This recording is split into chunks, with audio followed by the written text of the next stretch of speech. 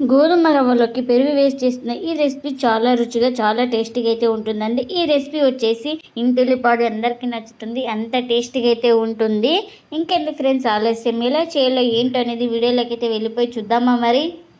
ఇంకా ముందుగా ఒక మిక్సింగ్ బౌల్ అయితే తీసుకొని అందులోకి 1 కప్పు గోధుమ రవ్వ అయితే వేసుకోవాలి. అదే బన్సీ రవ్వ, ఉప్మా రవ్వ అంటారు కదండి, ఆ రవ్వనైతే అయితే వేసుకోవాలి. ఇంకా ఇప్పుడు ఇందులోకి 1/2 కప్పు పెరుగును కూడా వేస్తున్నా. అలాగే ఇందులోకి రుచికి తగినంత సాల్ట్. ఇంకా ఇప్పుడు ఇందులోకి 1/4 కప్పు దాకా వాటర్ కూడా వేసుకుంటున్నా. ఇంక ఇవన్నీ వేసుకొని మొత్తం ఇలా స్పూన్ తోటి బాగా కలుపుకోవాలి. అన్నీ బాగా కలిసిపోయేలాగా. ఇంకా ఇలా మొత్తం బాగా కలుపుకున్న తర్వాత ఇంకా ప్లేట్ అయితే కవర్ చేసుకొని ఒక 10 నిమిషాలు పక్కన పెట్టుకుంటే మనకు రవ్వ అనేది సాఫ్ట్గా నానుతుంది. ఇంకా ముందుగా ఒక మిక్సీ జార్ అయితే తీసుకొని ఇంకా అందులోకి వేయించుకున్న పల్లీలు అయితే వేసుకోవాలి.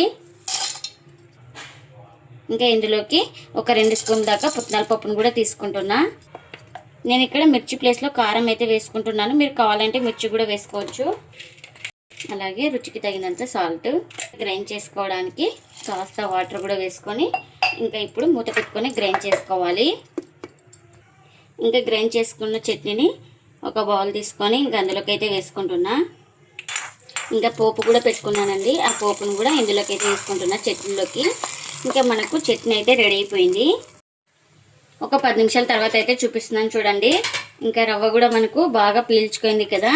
పెరుగు వాటర్ అయితే వేసుకున్న తర్వాత ఇంకా ఇలా మొత్తం ఒకసారి ఇలా బాగా కలుపుకొని ఇప్పుడు దీన్ని ఇంకా ఇప్పుడు జార్ అయితే తీసుకొని ఇంకా ఇందులోకి అయితే వేసుకుంటున్నా. ఇలా మొత్తం కలుపుకున్న తర్వాత ఇంకా ఇందులోకి కాస్త వాటర్ అయితే వేసుకోవాలి గ్రైండ్ చేసుకోవడానికి. ఇంకా ఇప్పుడు మూత పెట్టుకొని స్మూత్గా గ్రైండ్ చేసుకోవాలి.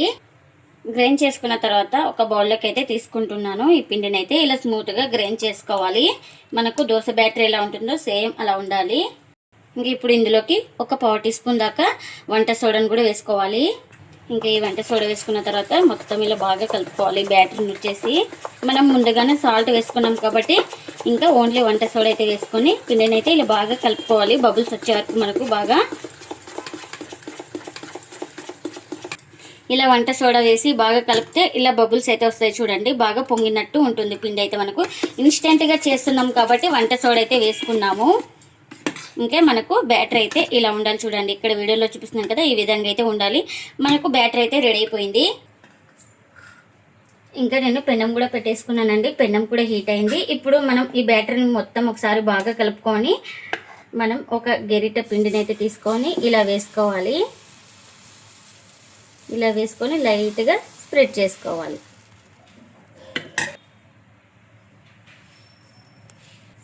ఇంకా మనం ఈ దోశను వచ్చేసి ఒక సైడే కాల్చుకోవాలి. ఇంకా ఇలా బాగా పైన కాలిన తర్వాత ఇంకా ఇదైతే రెడీ అయిపోయింది కదా, ఒక ప్లేట్లోకి అయితే తీసుకుంటున్నాను.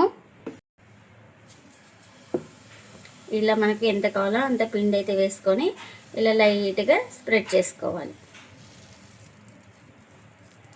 ఇంకా ఇలా వేసుకున్న తర్వాత ఇంకా ప్లేట్ అయితే కవర్ చేసుకుంటే మనకు ఈక్వల్గా కాలుతుంది.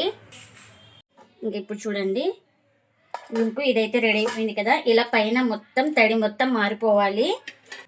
మనం ఈ దోశకు వచ్చేసి ఆయిల్ కానీ బటర్ కానీ గీ కానీ ఎక్కడ యూజ్ చేయడం లేదండి. ఇంకా ఇది కూడా రెడీ అయిపోయింది కదా, దీన్ని కూడా ప్లేట్లోకి అయితే తీసుకుంటున్నా. ఇంకెన్నైతే అన్నీ ఇలానే చేసుకోవాలి. గోధుమ రవ్వ పెరుగుతో అప్పటికప్పుడు చేసుకునే ఈ దోశలు చాలా రుచిగా చాలా టేస్టీగా అయితే ఉంటాయండి. ఈ దోశలు అయితే అంత స్పాంజీగా ఉంటాయండి. చాలా టేస్టీగా అయితే ఉంటాయి. పిల్లల నుంచి పెద్దల వరకు చాలా ఇష్టంగా తింటారు. అంత టేస్టీగా కూడా ఉంటాయి మనకు ఈ దోశలు వచ్చేసి. ఎప్పుడు ఒకే బియ్యం పిండితో కాకుండా ఇలా ఇన్స్టెంట్గా దోశలు వేసుకొని చూడండి, చాలా టేస్టీగా అయితే ఉంటుంది. ఇంకా ఇందులోకి చట్నీ కూడా చేసుకున్నాం కదా, చట్నీని కూడా సర్వ్ చేస్తున్నాం చూడండి. ఈ దోశలు అయితే ఈవినింగ్ వరకు పెట్టినా కూడా అంత స్పాంజీగా అయితే ఉంటాయి చూడండి. చాలా స్పాంజీగా అయితే ఉంటాయి ఈ దోశలు. ప్రతి ఒక్కరికి నచ్చుతాయి కూడా. తప్పకుండా ఒకసారి ఇలా ట్రై చేసి మీకు ఎలా వచ్చిందో కామెంట్ అయితే చేయండి ఫ్రెండ్స్. ఇదండి ఇవాల్టి వీడియో. ఈ వీడియో కనుక నచ్చితే ప్లీజ్ లైక్ చేయండి, షేర్ చేయండి, కామెంట్ చేయండి. అలాగే లైక్ చేసి సపోర్ట్ చేయండి friends. Thanks for watching. Bye bye.